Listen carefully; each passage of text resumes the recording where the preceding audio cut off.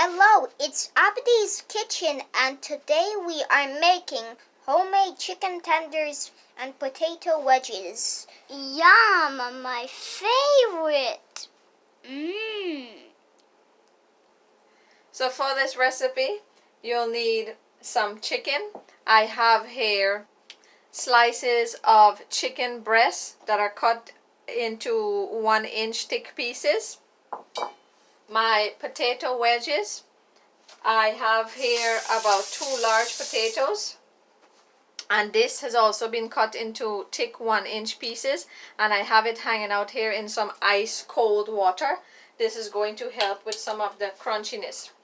Now for the seasonings, we're going to need some adobo. If you don't have this, you could use regular salt or plain salt, or any seasoning mix is fine. Cornstarch, salt, black pepper.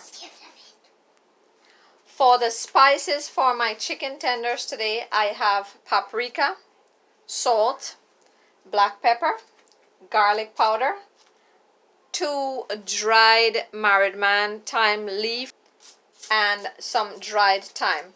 I also have here a packet of sazon. This is optional.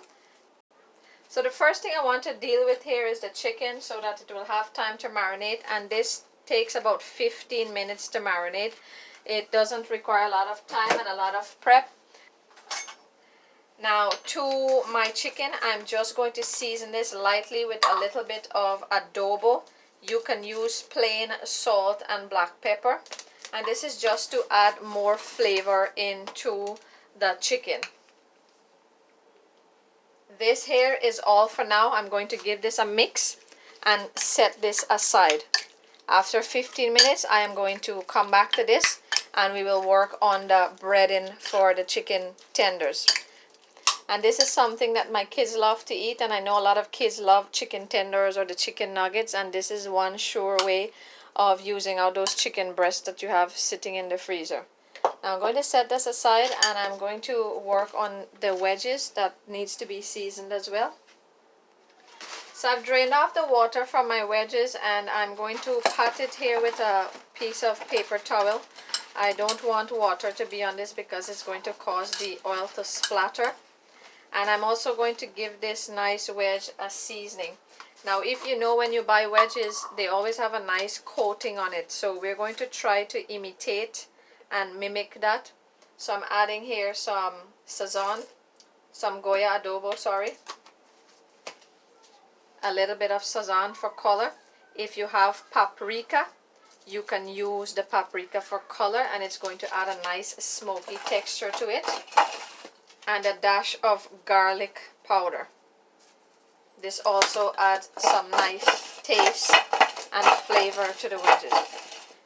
Give this a toss and set it aside for about 5 minutes while I put the oil to heat. And now I'm going to be working on the coating for the chicken tenders. I am going to be adding some flour here, cornstarch, and the cornstarch is going to add to the crunch. If you don't have cornstarch, you could use plain flour, but I find when you put the cornstarch in there, it doesn't get as brown, because flour tends to burn very quickly. And into here, I am going to add all of my seasonings. I'm going to crush up my marinade and my thyme very finely here, because I want this to incorporate into the chicken and to add the nice flavor. Adding in everything here, and I'm going to give this a good mix.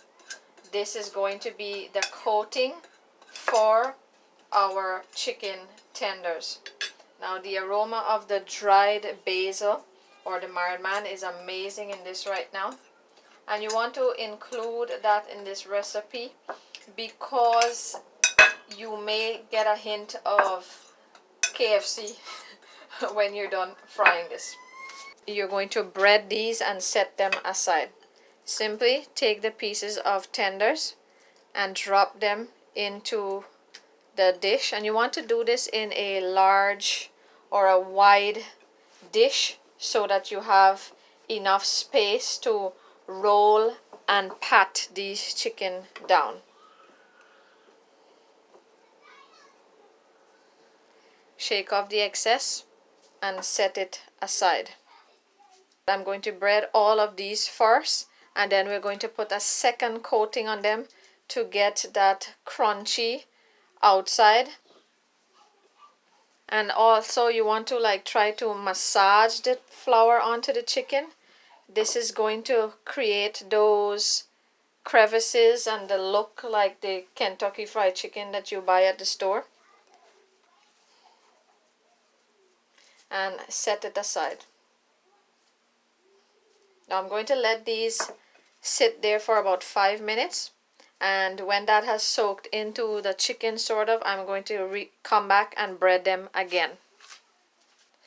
So my chicken is resting with its first coating. My oil is slowly coming up to heat, and my wedges are ready to be fried. Now you don't want to have your oil on high because these wedges are thicker than regular French fries, so they're going to take a while to cook. Before you put the wedges into fry, I have here a little bit of flour and cornstarch, and this is going to create a nice coating on the outside of the wedges. So I'm just going to give that a toss here. As you can see, it's going to adhere, the flour and the cornstarch is going to stick to the potatoes, and this is going to give you a nice coating on the outside of the potato wedges. So here I have my trusty little frying canary or kahari.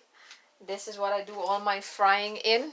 So into here I'm going to add my wedges, one piece at a time, and you don't want to overcrowd the pan because you want these to have enough room to cook. Let's see, 5, that's enough. And these are going to go for about 8 to 10 minutes because I want to ensure that they've been boiled. I also have here a tray lined with some tissue. Now you will know the potato wedges are finished cooking because they will start to float up to the top. They will become light and we will remove them. So I'll just let this be here on medium to low and frying slowly while I go back to the chicken. So our chicken has been hanging out here. As you can see, the flour and everything is starting to absorb into there, and the longer you let this out, the more the flour is going to adhere to the chicken. So this has only been resting here 5 minutes now, and I am going to give it its second coating now. Now over here I have a bowl. I'm introducing a bowl with some ice cold water. I do not use egg wash when I'm frying chicken because I have an egg allergy. I use cold water to help adhere the batter to the chicken, and I will show you. Take a slice of the chicken that I have. I'm going to put it into this bowl and I'm going to count very quickly 1 to 5. Remove the chicken and put it straight into the flour and cover it. Massage it. Now this is going to help the flour adhere to the chicken, and it's going to give you the look of KFC, and that's what we're going for. Again, take my piece of chicken, completely submerge it into the water. 1, 2, 3, 4, 5. Remove it very quickly and straight into the flour. And again, you want to pound and massage the flour into the chicken. I'll do these again. And you're going to do this until all of it has been completed. So here I've finished breading my chicken for the second time, and as you can see, it's looking really nice here. And you can continue doing this if you want to have more crunch. I would recommend up to 2 times. So I have a little bit of flour remaining here, and I'm going to do it to 1 or 2 pieces of these until my flour is used up. What you're going to have is you're going to have a nice looking chicken tender with the flaky, crusty look. So I'm going to go over and check on the fries, and this will be ready to be fried shortly. As you can see, my wedges have floated up to the top and it's gotten nice and brown. And that's the coating on the outside with the garlic and the flour and the stuff like that. And I'm going to remove these and put them aside to drain.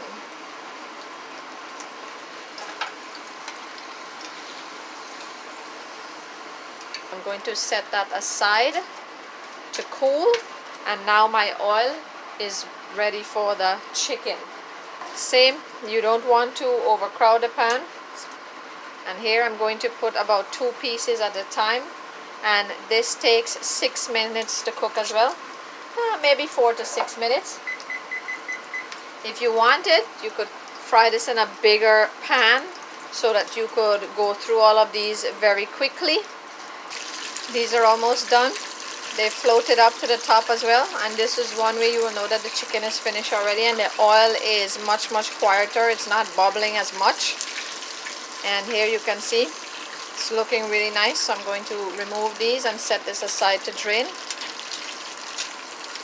and repeat my frying process until all of it is finished.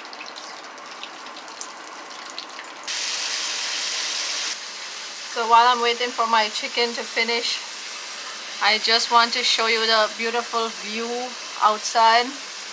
It's the last week before fall, and I'm going to miss this.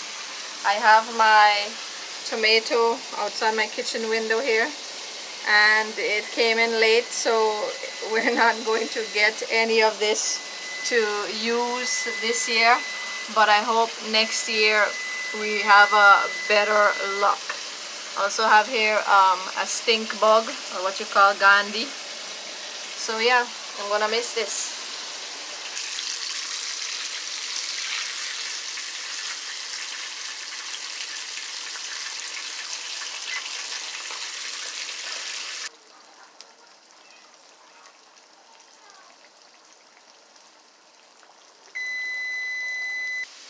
And here it is, the finished product. Some delicious chicken tenders and potato wedges for lunch for my boys today. They have been waiting very patiently. And this is my chicken. As you can see, it's nice and coated. It is also very hot.